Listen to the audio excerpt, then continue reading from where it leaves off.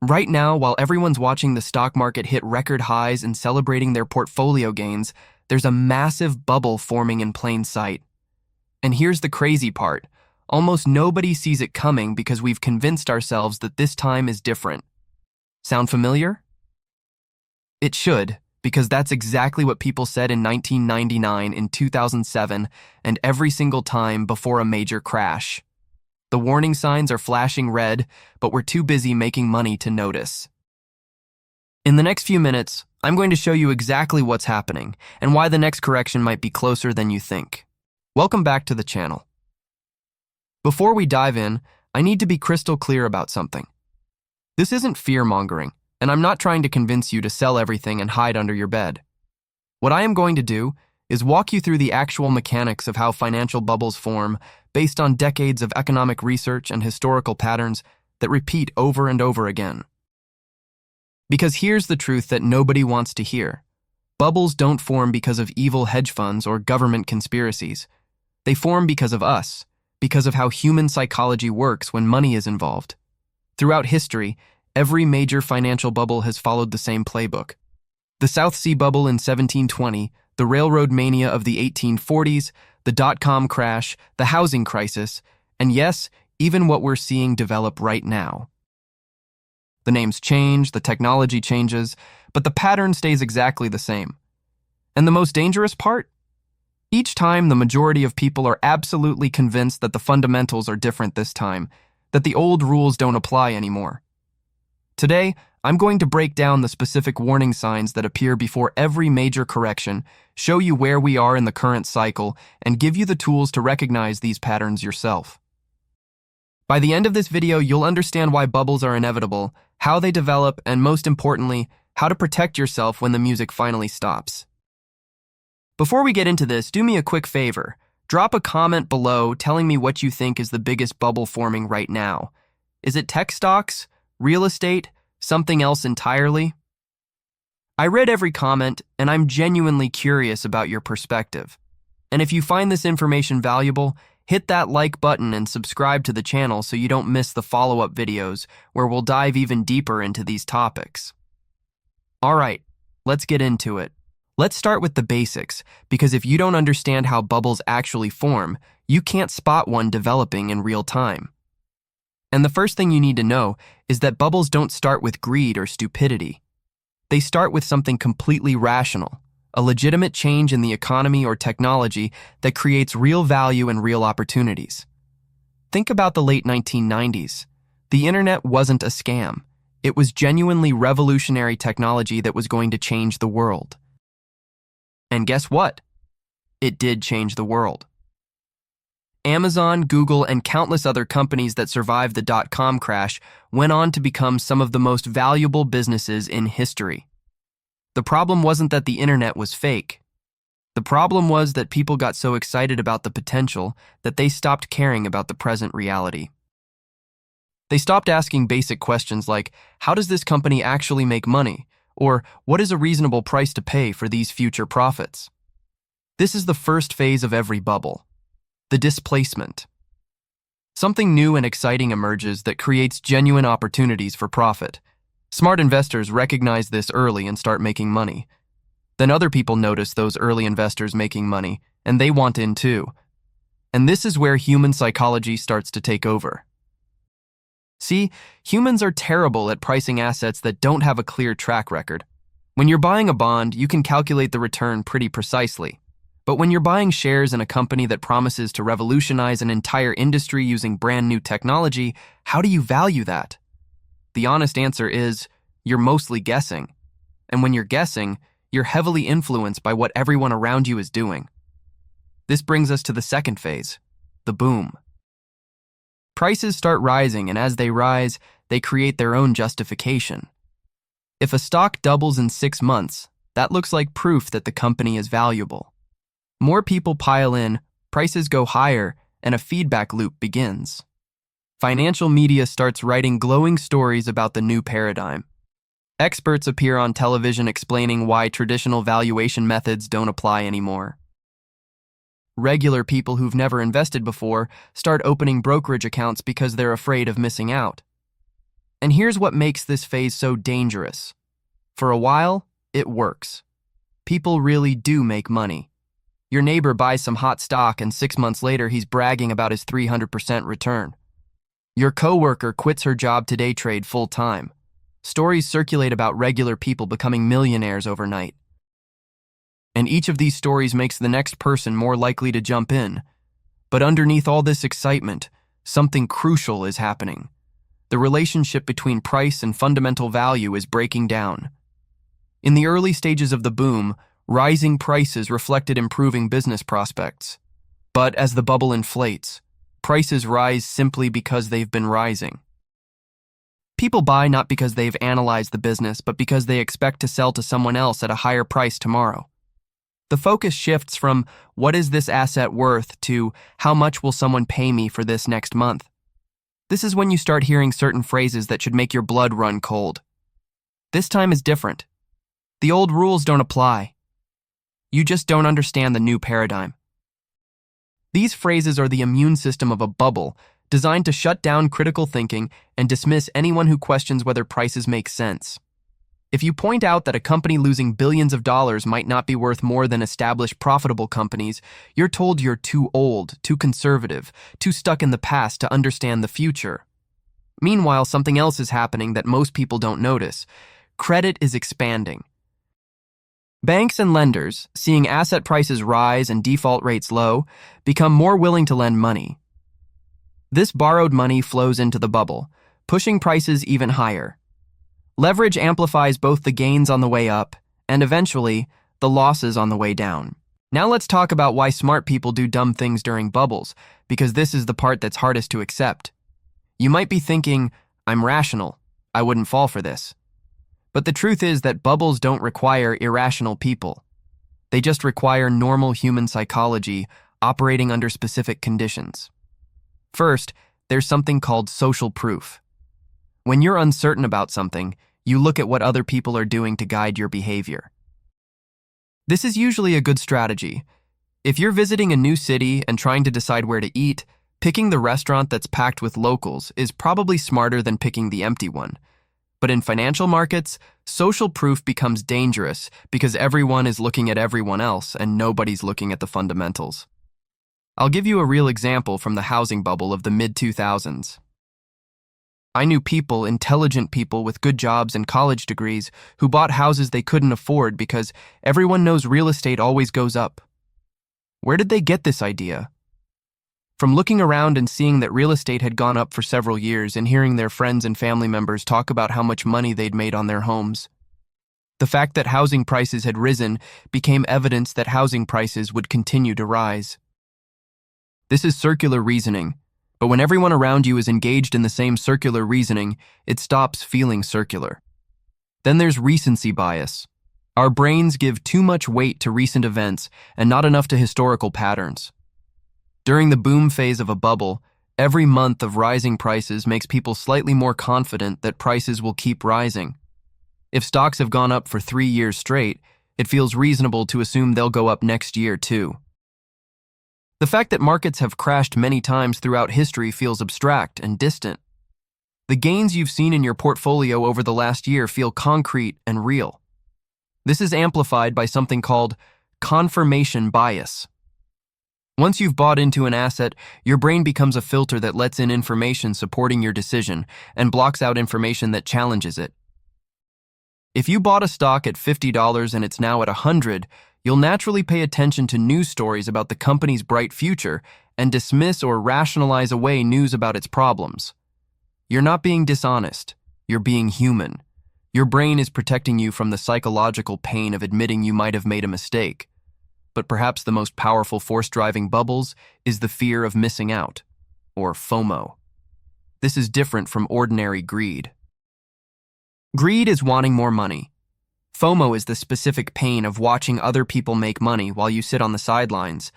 And psychological research shows that humans experience the pain of missing out on gains more intensely than they experience the pleasure of the gains themselves.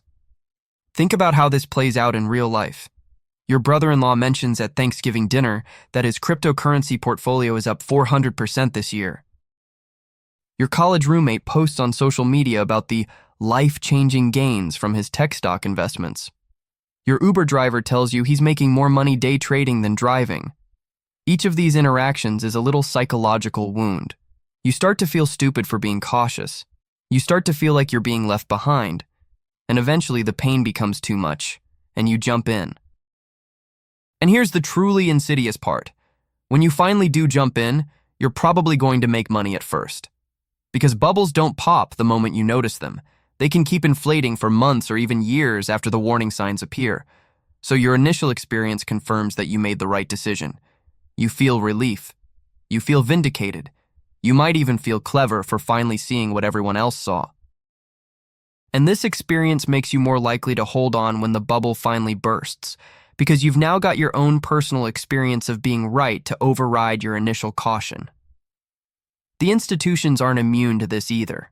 Fund managers see their competitors posting better returns by riding the bubble, and they face pressure from their own investors to get with the program. So now that you understand how bubbles form and why smart people get caught in them, let's talk about where we are right now. And I want to be very careful here because I'm not going to tell you that the market is definitely going to crash tomorrow or next month or even next year. What I am going to do is point out the specific patterns that historically have preceded major corrections and let you draw your own conclusions. First, let's talk about valuations. Traditional metrics like the price-to-earnings ratio, the Shiller P/E ratio, and the market cap to GDP ratio are all at levels that historically have been followed by below-average or negative returns over the next decade. Now, I can already hear the counter-arguments. Interest rates are different now. Companies are more profitable. The economy is more efficient. And some of those arguments have merit. But here's the thing. Every single time valuations have reached these levels in the past, people had similar explanations for why this time was different. And every single time, eventually, valuations reverted to historical means. Second, there's the breadth of the market rally. In a healthy bull market, most stocks participate in the gains.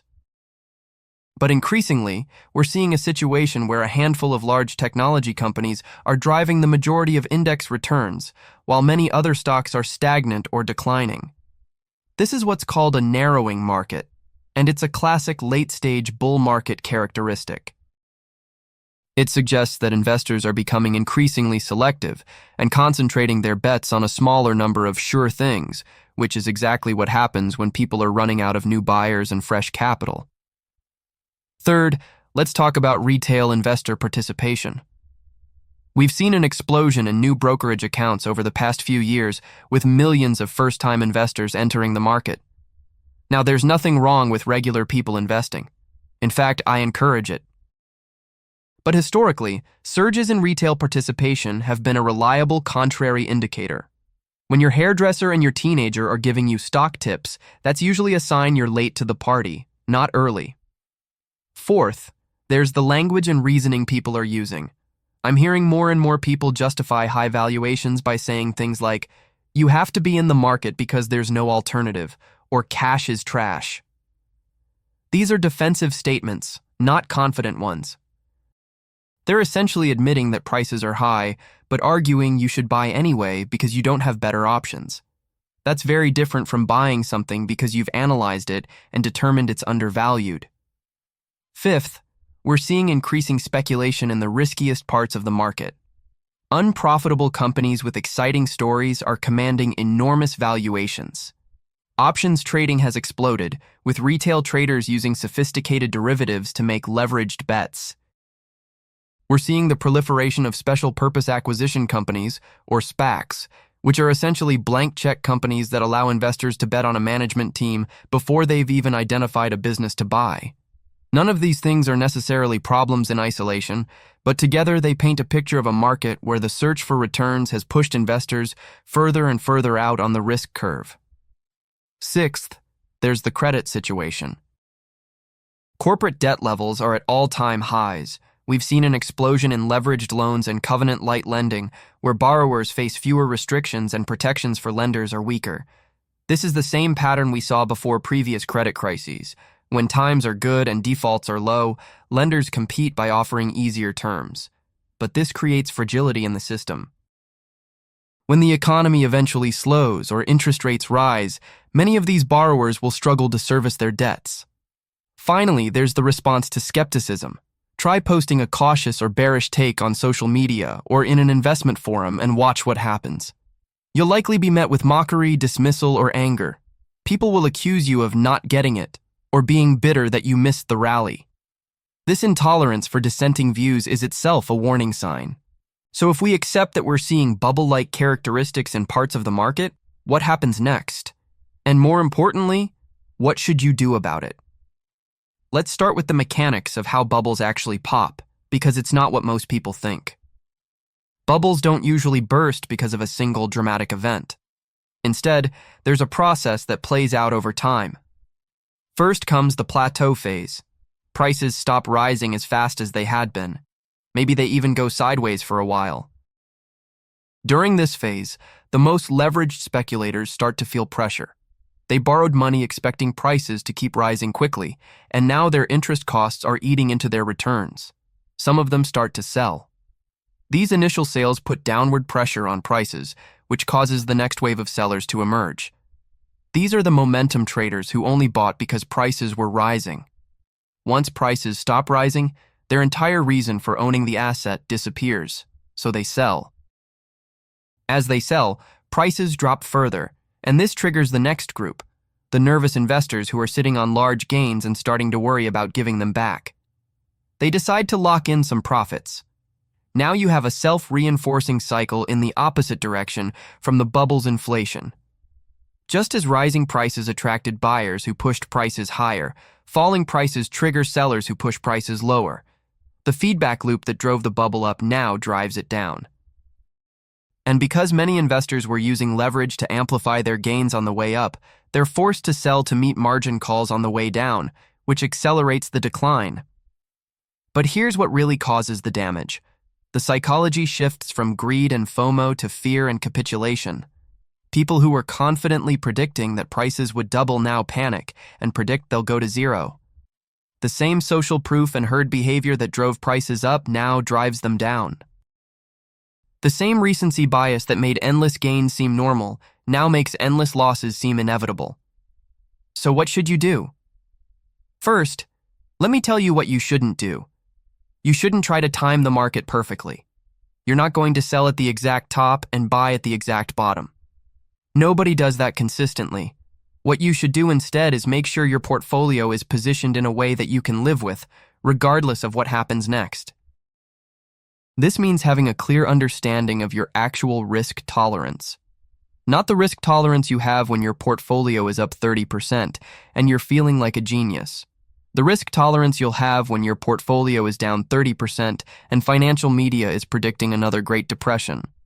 If you can't sleep at night imagining your portfolio cut in half, then you're taking too much risk right now, regardless of what the market does next. It means having adequate diversification. Yes, I know diversification has felt like a drag on returns over the past few years, when a concentrated bet on big tech stocks would have done better. But diversification isn't about maximizing returns in good times. It's about surviving bad times. Different asset classes perform differently under different economic conditions, and spreading your bets gives you a better chance of weathering whatever comes next. It means keeping some dry powder. Having cash available feels painful when asset prices are rising, but it gives you options when prices fall. Some of the best investment opportunities emerge during and after market corrections, but only for people who have capital available to deploy. It means being honest with yourself about your investment thesis. Why do you own what you own? If your answer is because it's been going up or because everyone says I should, that's not a thesis. That's speculation. There's nothing wrong with speculation if you know that's what you're doing and you're sizing your bets accordingly. But don't fool yourself into thinking you're investing when you're actually speculating. And finally, it means accepting that you might be early. The market can stay irrational longer than you can stay solvent, as the saying goes. Bubbles can inflate far beyond what seems reasonable before they pop. Being cautious might mean you miss some gains. But missing gains isn't the same as losing money.